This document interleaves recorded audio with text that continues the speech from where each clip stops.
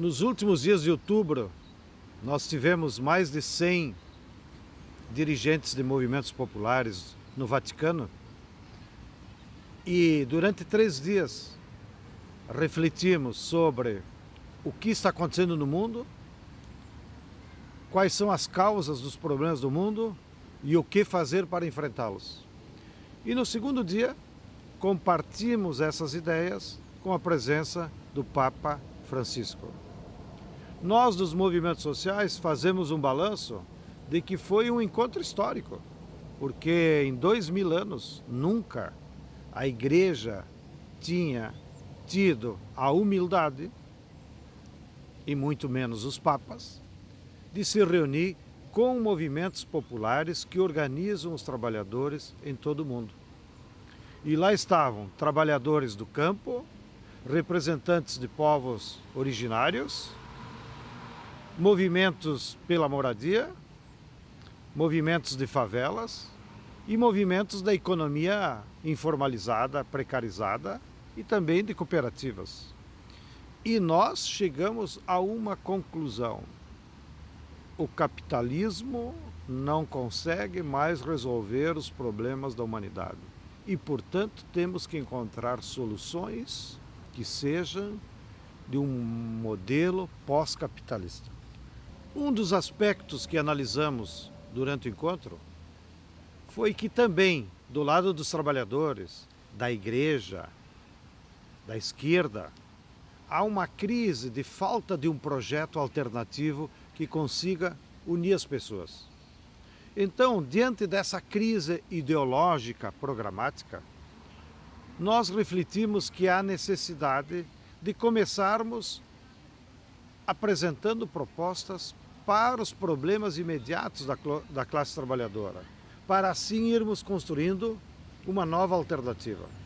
E por isso, levantamos algumas bandeiras gerais, como por exemplo, nenhum povo sem o seu território. Ou seja, todos os povos do mundo têm direito pela soberania do território da onde vivem. Seja nos países onde há conflitos, como Kobani, Palestina, Porto Rico, seja dentro dos países com os povos originários que enfrentam contradições. Segundo tema, nenhum camponês sem terra. Ou seja, todos os camponeses do mundo têm direito a trabalhar numa terra e produzir alimentos sadios para toda a humanidade. Terceiro, a moradia é um direito sagrado da reprodução da vida humana. Portanto, nenhuma família nesse mundo pode continuar sem casa. Quarto, é a reflexão sobre o trabalho. O capitalismo está destruindo o trabalho como um espaço de valorização da vida e de produção de bens necessários. E nós dizemos, toda pessoa humana tem direito a um trabalho. Porém, não um trabalho precarizado, superexplorado ou às vezes até escravizado, como existe na Itália, no Brasil, no Sri Lanka, na China. Um trabalho digno, em que os trabalhadores tenham todos os seus direitos garantidos e uma renda suficiente para reproduzir a sua vida em família com dignidade.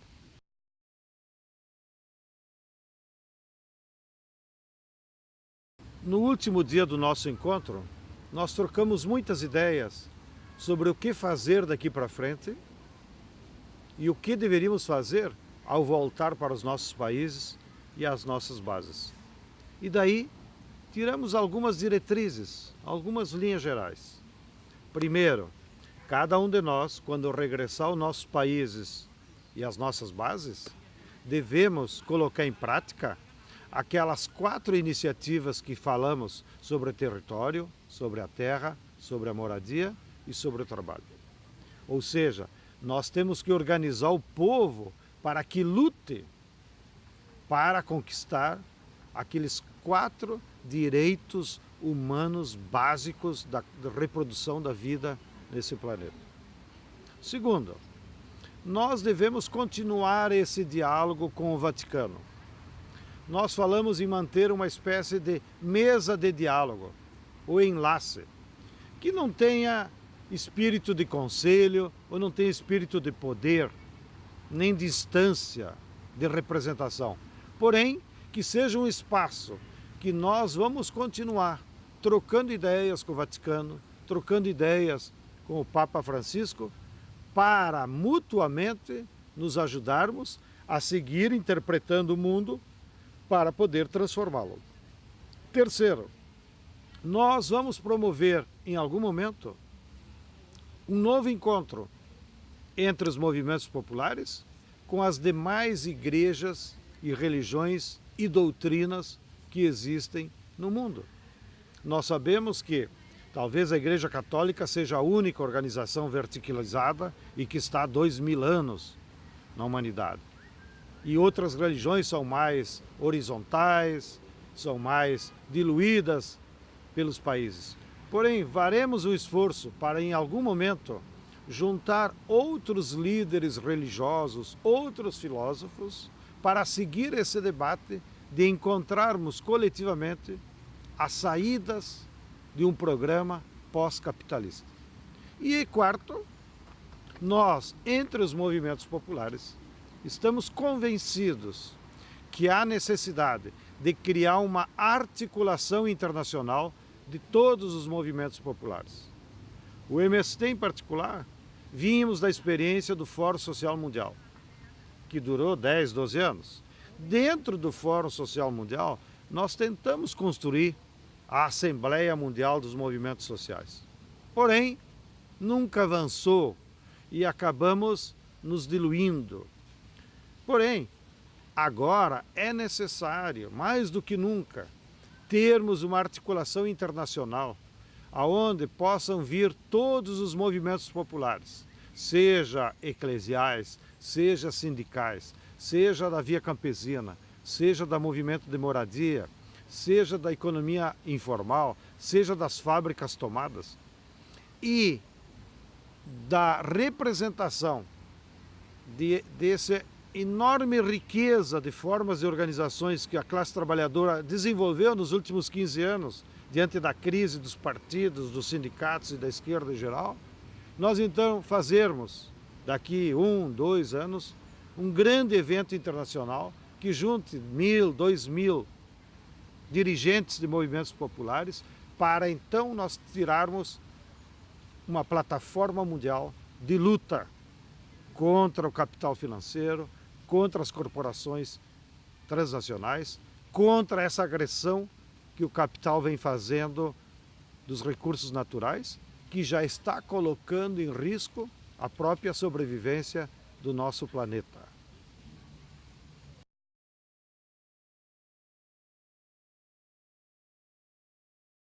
A via campesina, ela nasceu como uma reação ao neoliberalismo. Não é por nada que somente em 1994 nós conseguimos fazer uma primeira reunião internacional de movimentos camponeses de todo o mundo. Portanto, a via campesina tem 20 anos e é fruto das agressões do capitalismo internacional. Nesses 20 anos, nós fomos aglutinando cada vez mais organizações de camponeses. Porém, temos ainda muitos desafios. Temos o desafio de como enfrentar as transnacionais, que cada vez mais estão se apropriando privadamente dos recursos naturais. Não só da terra, mas da água, da biodiversidade, das sementes e da mineração. Nós temos desafios de como nos unir para fazermos lutas conjuntas contra os mesmos inimigos. Até aqui, temos feito algumas experiências ao redor do dia 16 de outubro, que é o Dia Mundial da Soberania Alimentar, mas ainda são muito incipientes. Por isso, na nossa avaliação autocrítica, é que a via campesina precisaria, daqui para diante, estreitar mais os laços com os movimentos camponeses que estão em luta e fazermos lutas conjuntas, no mesmo tempo, contra os mesmos inimigos. Por outro lado, há um desafio que atinge os camponeses, que estão dispersos no mundo, mas atinge também toda a classe trabalhadora, que é o monopólio dos meios de comunicação, controlados precisamente por esse mesmo capital financeiro e internacional em todo o mundo. É patético, quando a gente viaja pelos países, enxergar as televisões repetindo o mesmo discurso. Parece que até o dono é o mesmo, troca apenas o idioma, mas o pacote ideológico de manipulação, de mentira, é o mesmo.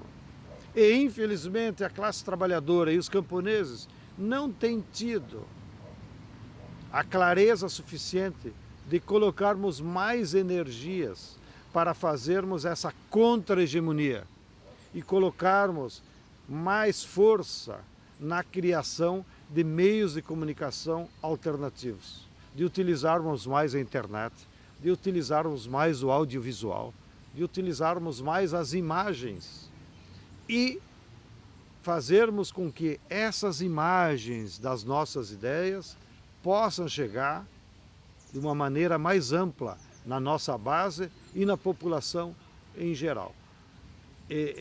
Espero que nos próximos anos os movimentos que estejam articulados a nível internacional tenham uma capacidade maior de também criarmos meios alternativos para fazermos frente a essa hegemonia global que o capital nos impõe pela televisão.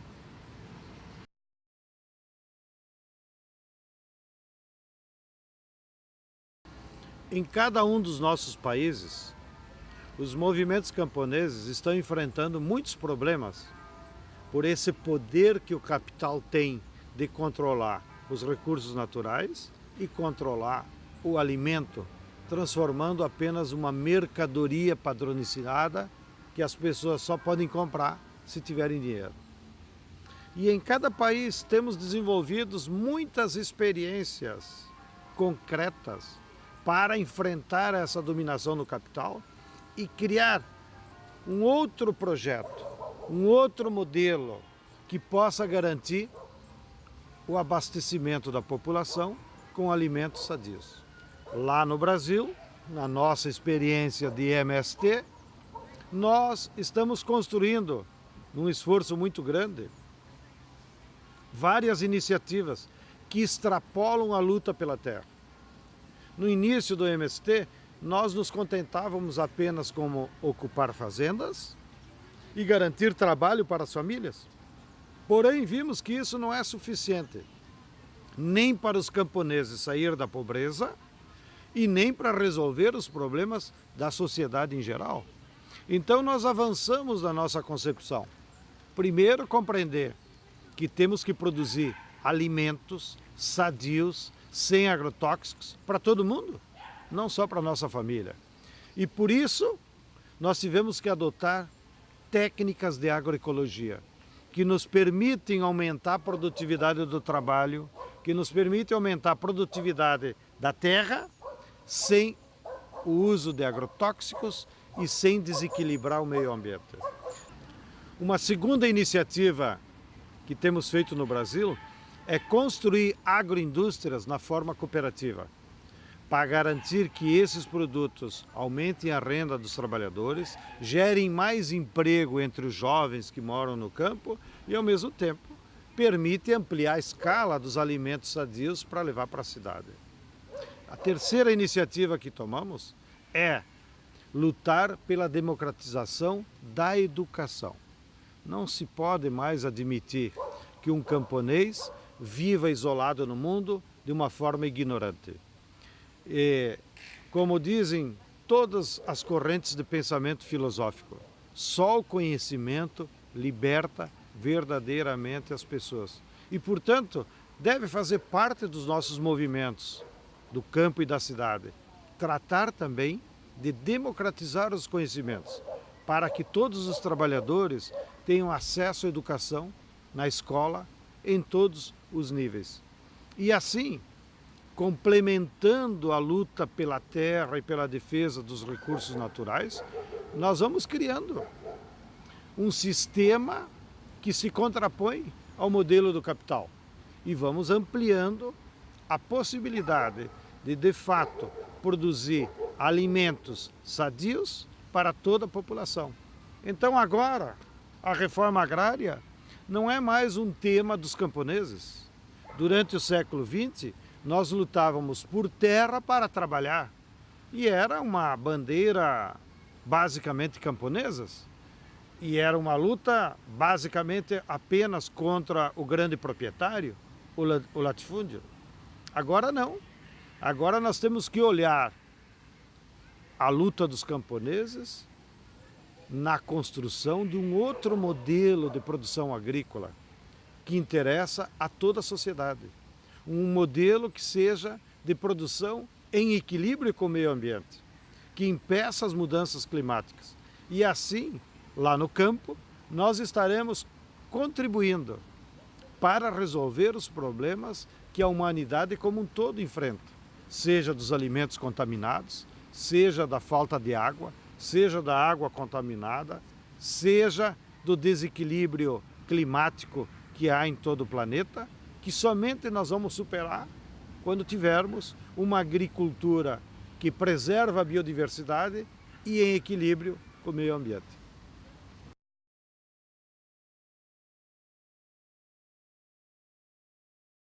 Um dos principais desafios que os movimentos camponeses têm nesse período histórico é que justamente para nós construirmos esse outro modelo agrícola que se contrapõe ao modelo do capital, os camponeses sozinhos não têm força para implementá-lo, porque são já uma minoria na sociedade, 10, 15%, talvez na Índia, na China ou no Sudeste Asiático, em alguns países da África, chegam a 50%.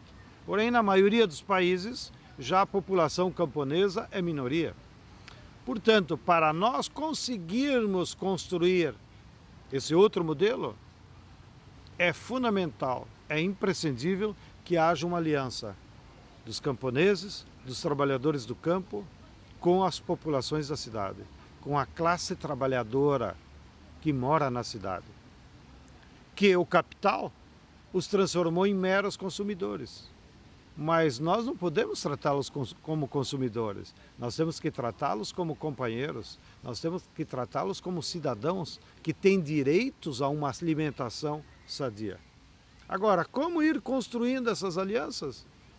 Realmente é um grande desafio. Cada país deve encontrar os caminhos e as portas para se articular. Em muitos países há cooperativas de trabalhadores urbanos que entregam produtos, há fábricas tomadas. Em outros países o movimento sindical ainda é muito vigoroso, né? Em outros países a pastoral social da igreja é muito importante, de maneira que em cada país nós devemos ir encontrando as portas que possam construir essas pontes entre o movimento camponês e os trabalhadores da cidade, para num futuro próximo construirmos um grande movimento que possa alterar a correlação de forças e mudar o modelo. É certo que nos últimos 15, 20 anos, com essa hegemonia internacional do capital, os movimentos dos trabalhadores nas cidades entraram em refluxo. São poucas as notícias que nós temos de greves gerais de fato contundentes. Porém, nos últimos anos, nós já temos visto muitos protestos, sobretudo da juventude. Esses protestos não têm conseguido derrotar o capital ou construir um programa alternativo. Mas é assim, porque a juventude em geral, ela é o termômetro dos problemas da sociedade e o papel dela é protestar, é chamar a atenção. Agora, o próximo passo é transformar o protesto numa aliança com os que trabalham, né, para construirmos juntos um programa unitário de mudanças. Então, eu e o MST somos muito otimistas, tanto para o Brasil como para a América Latina e para o mundo. Nós acreditamos que aquele longo período de refluxo do movimento de massas, que nos foi imposto pelo neoliberalismo, desde a era Reagan-Thatcher, já está no seu final. E as protestas dos jovens já são indicativo, já é a luz amarela que acendeu de que há um sentimento, há uma energia na sociedade que quer mudanças. E, portanto, podemos antever que nos próximos 3, 4 anos virão, pelo menos na América Latina, grandes mobilizações de massa que vão gerar uma nova energia unitária que vai possibilitar nós discutirmos com toda a sociedade um outro projeto de uma sociedade pós-capitalista, igualitária, justa, aonde todos os direitos fundamentais sejam assegurados para cada pessoa de nossa sociedade.